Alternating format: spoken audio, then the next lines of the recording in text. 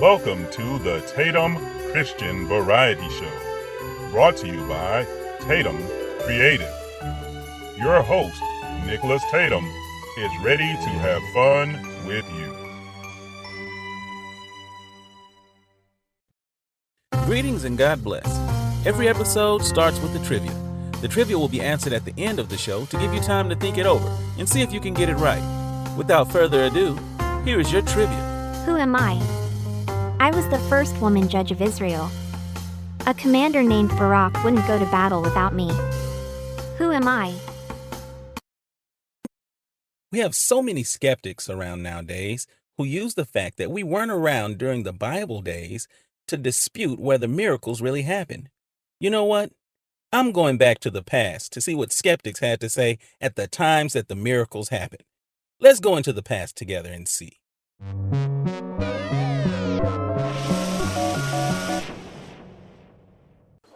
This is Nicholas Tatum, your host, and I'm here to interview one of the 450 prophets of Baal who claimed that what Elijah did in lighting the altar on fire was no miracle. That's right. It was no miracle. Let's get straight to this. Elijah challenged you to a contest to see whose God would answer first. It was not just me. It was me and my 449 friends. You are correct. I'm sorry. He challenged you and your 449 friends to a contest to see whose God would answer by fire. You and your friends spent a lot of time calling on the name of your God and dancing and self-mutilating and preparing the sacrifice for him to burn. After you were finished, Elijah set up his altar and had it doused with water and then called on God, who immediately set it on fire. He allegedly... No, literally. If this was not a miracle done by God, how do you explain what just happened here? Well, me and my friends, we were not willing to cheat like Elijah did. Didn't Elijah make it harder on himself by pouring water all over the sacrifice and even having a moat of water surrounding the altar? Also, wasn't he cheering your team on and telling you to yell louder in case your God was sleeping or traveling or otherwise not paying attention? First of all, he was not helping us. What he was doing was being condescending. He knew that we were not going to cheat, and he had it rigged from the beginning. Do you mind if I explain? I'm just going to explain, and you stop me if you have any questions. You have to remember that we are in the middle of a famine and a drought. Even if that was, quote, unquote, water, then you have to ask yourself, where did he get all of that water during a drought? I believe that what it really was a special type of accelerant that was colorless and odorless, and it made it seem like water. Does something like that exist? It could. And if that's what he used, then it's not the miracle. What about the igniter? How was he able to ignite the accelerant? From where I was standing, it seemed like fire came down from heaven. See, that's the brilliant part. Whoever he had that switched the water out for an accelerant also waited off at a distance with a giant catapult filled with a giant flaming ball. And when he gave the signal, they fired it and hit the altar, lighting everything on fire. Let's assume that you're right. Can you tell me what happened to all of the debris from the flaming ball? I asked this because everything was destroyed by fire.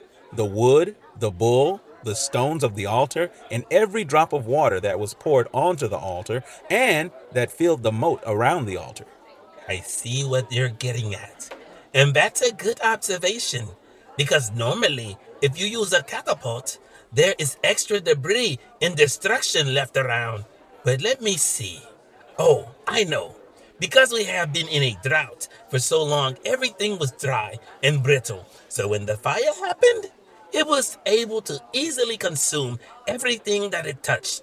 And as far as the water in the moat, since it had accelerants in it, and since the ground was so dry from the drought, the majority of it was soaked into the ground.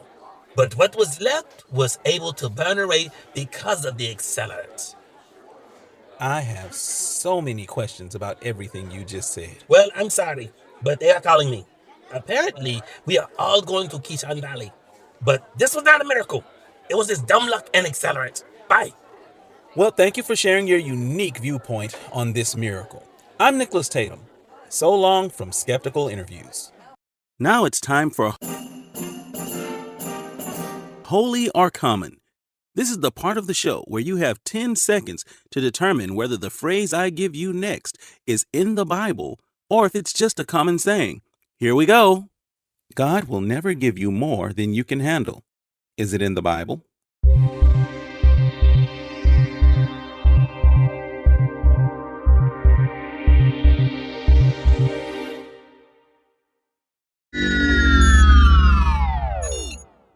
It is loosely based on 1 Corinthians 10 and 13, but God will not allow us to be tempted beyond what we can escape. That is not the meaning of that verse. Instead, the Bible actually says we will face more than we can handle on our own, but the Lord will uphold us, uplift us, and deliver us from all such troubles. This one is not in the Bible. The views expressed in this program do not necessarily represent the views of CWC Digital Radio Network. Greetings and God bless. Welcome to the program. I'm your host, Nicholas Tatum, and I'm here to have fun with you. Okay. You might learn a little bit of something while you're listening to my ramblings. That being said, let's get into some of my ramblings. I want to do Matthew 16. I believe I've done Matthew 16 before, and if not, I will do it eventually. But I want to do verse 24 through 26. Let's read it and see what it says real quick. Then Jesus said to his disciples, "Whoever wants to be my disciple must deny themselves and take up their cross and follow me. Whoever wants to save their life will lose it, but whoever loses their life for me will find it. What good will it be for someone to gain the world, yet forfeit their soul? Or what can anyone give in exchange for their soul?" That's good enough right there. There's plenty more good juicy bits in there, but that's way more bits than I have time to cover right now. Let's start off with the very first verse. Whoever wants to be my disciple must deny themselves and take up their cross and follow me. What vivid imagery. What a direct statement, too. Not just imagery, but a direct statement. The imagery is taking up your cross and following him, because we don't physically pick up a cross, although some days it feels like we're physically picking up a cross and taking it. But that whole, you want to be my disciple, you must deny yourself, that's real. That's a direct statement saying that if you really want to be a disciple of Christ, you will have to deny yourself. You can't tell yourself you get everything you want. That's just not the way that it works. If you're his disciple, you are going to have to deny yourself. And that includes the metaphorical taking up of your cross and following him.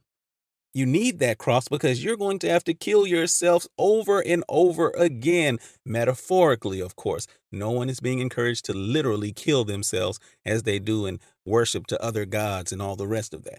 But that part in you, that flesh, that sin area, it's going to have to keep dying. You're so used to being with it that it keeps popping back up and you have to keep on putting it on the cross over and over again.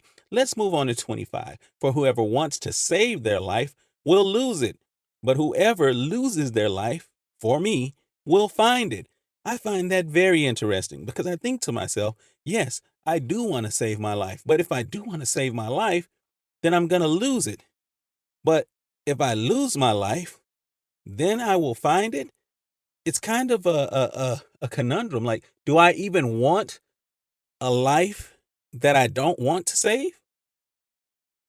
Like, if the whole reason that I'm doing this, that I'm willing to lose my life is so that I can save my life, do I want the life that I'm going to save? I know that sounded a bit confusing because as I say it right now, it sounds a bit confusing to me too.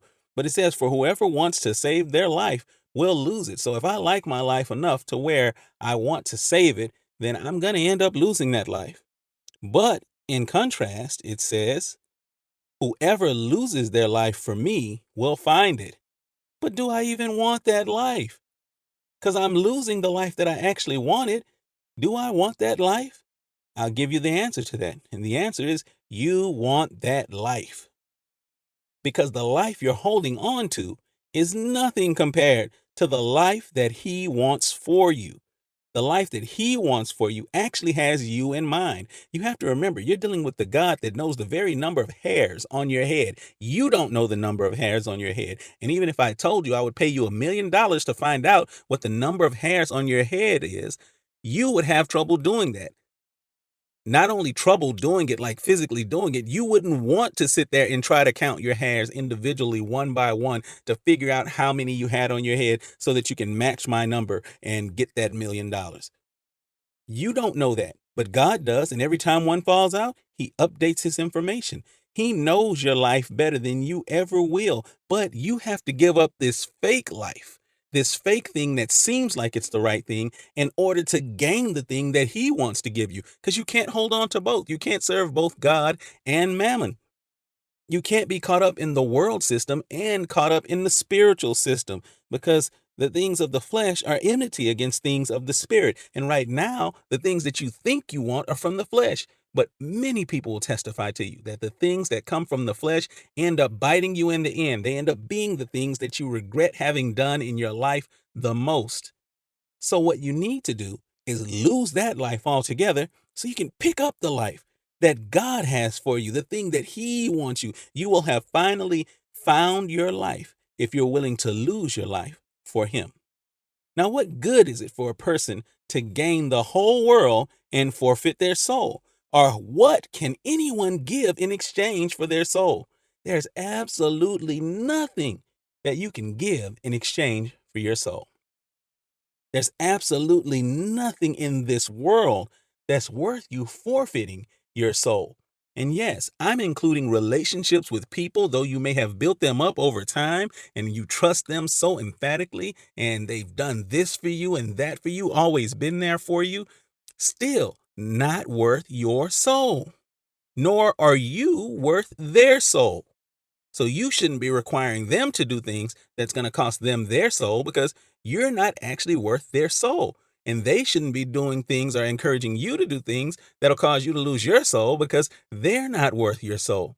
All of the money in the world, not worth your soul. All the real estate in the world, not worth your soul. All of the clout, fame, all of the people following you and cheering your name, all of the things that you could possibly consider good, not worth your soul. None of those things are eternal, and your soul is eternal. How would you feel about someone who said they were going to give you the best tasting ice cream in the world, and you could have a whole ice cream cone of the best tasting ice cream in the world, so long as you never ate anything sweet ever again in life? And some people don't eat sweets. I understand that. So how would you like it if you can have the best tasting food ever in the world that has ever been created and ever will be created, and you can have one of them?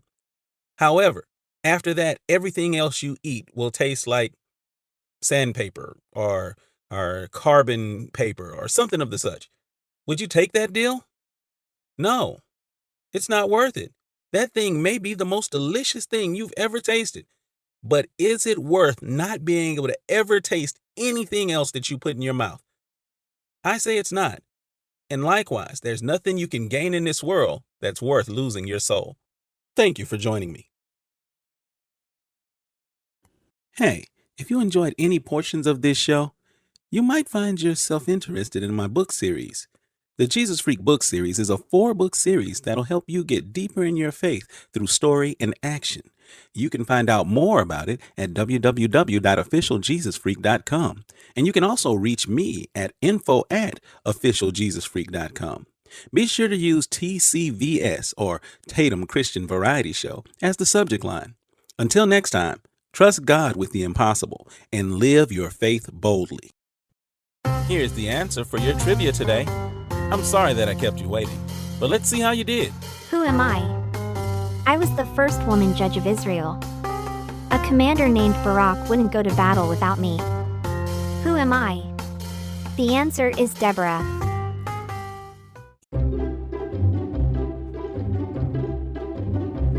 Did you get the answer right? This has been the Tatum Christian Variety Show, brought to you by Tatum Creative. Your host, Nicholas Tatum, wants you to have a blessed week.